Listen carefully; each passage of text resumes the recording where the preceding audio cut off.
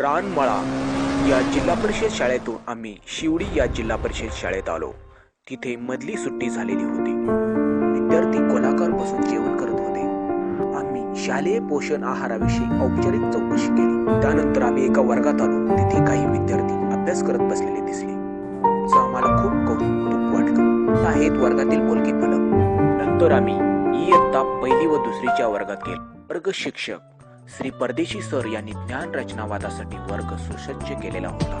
पहिली व दुसरीच्या वर्गांसाठी अक्षरांचा संग्रह त्यांच्याकडे होता. स्वयं अध्ययन कार्ड वापरून वाक्य तयार करणे, घड्यांचा खेळ खेळणे, धूळ फाटीमध्ये अक्षरे गिरवणे, विद्यार्थी अटेंडन्स बॉक्स इत्यादी नाविन्यपूर्ण साधने वर्गामध्ये आढळली. वर्ग शिक्षक श्री निंबेकर सर यांनी आम्हाला शैक्षणिक साधने दाखवली. रंगांची ओळख समजण्यासाठी अपेक्षित असे रेखाटन वर्गामध्ये तयार केलेले होते. त्यामुळे रंगांची पूर्णपणे ओळख विद्यार्थ्यांना दृढ झालेली आढळली.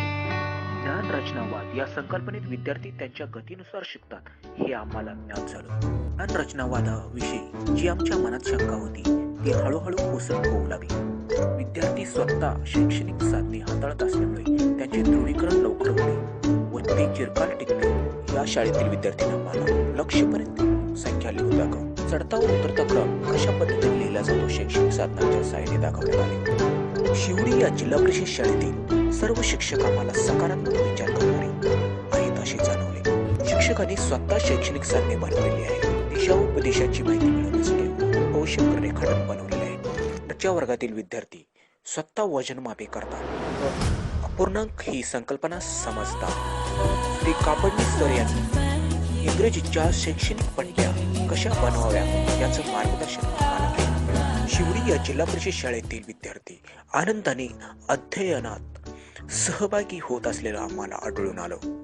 सर्व विद्यार्थी हे कष्टकरी घरातील होते तरी पण अध्ययनामध्ये चांगल्या प्रकारे रुची घेत असलेले आम्हाला आढळले. खड्यांच्या साहाय्याने विद्यार्थी 2 अंकी संख्यांची बेरीज करून दाखवत होते. आम्ही काही विद्यार्थ्यास काही उदाहरणे सोडवण्यासाठी दिली व त्यांनी ती सोडवून दाखवली. वरच्या वर्गातील विद्यार्थ्यांनी एक इंग्रजीतील स्टोरी हावभावासह कृतीसह आम्हाला त्याचे सादरीकरण करून दाखवले.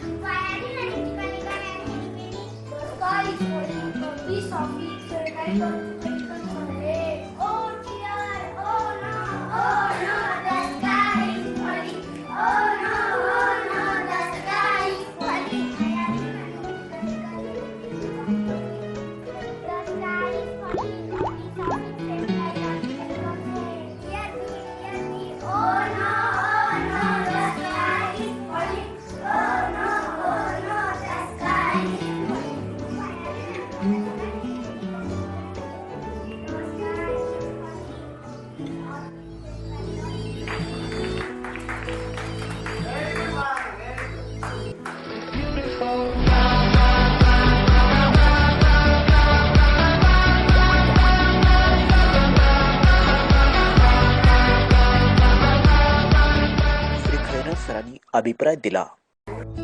काही विद्यार्थ्यांनी आमची मुलाखत सुद्धा घेतली. शेवटच्या वर्गातून आम्ही बाहेर पडलो. श्री कापडणी सर यांच्याशी ज्ञान रचनावादावरती आम्ही अधिक व्यापक प्रमाणावर चर्चा केली. त्यांनी आम्हाला यावरती मोलाचे मार्गदर्शन केले. श्री कापडणी सर व श्री निंबेकर सर यांना आमच्या गटाच्या वतीनं एक पुस्तक भेट देण्यात आले. यानंतर आम्ही शाळेचा निरोप घेतला व आम्ही निफाड पंचायत समिती येथे मीटिंगसाठी एकत्र झालो. मीटिंग संपल्यानंतर आम्ही नाशिकसाठी मार्गस्थ झालो. आमचे मार्गदर्शक श्री विजय पगार साहेब, शिक्षण विस्तार अधिकारी जिल्हा परिषद नाशिक, केंद्र प्रमुख सौ वाजे मॅडम,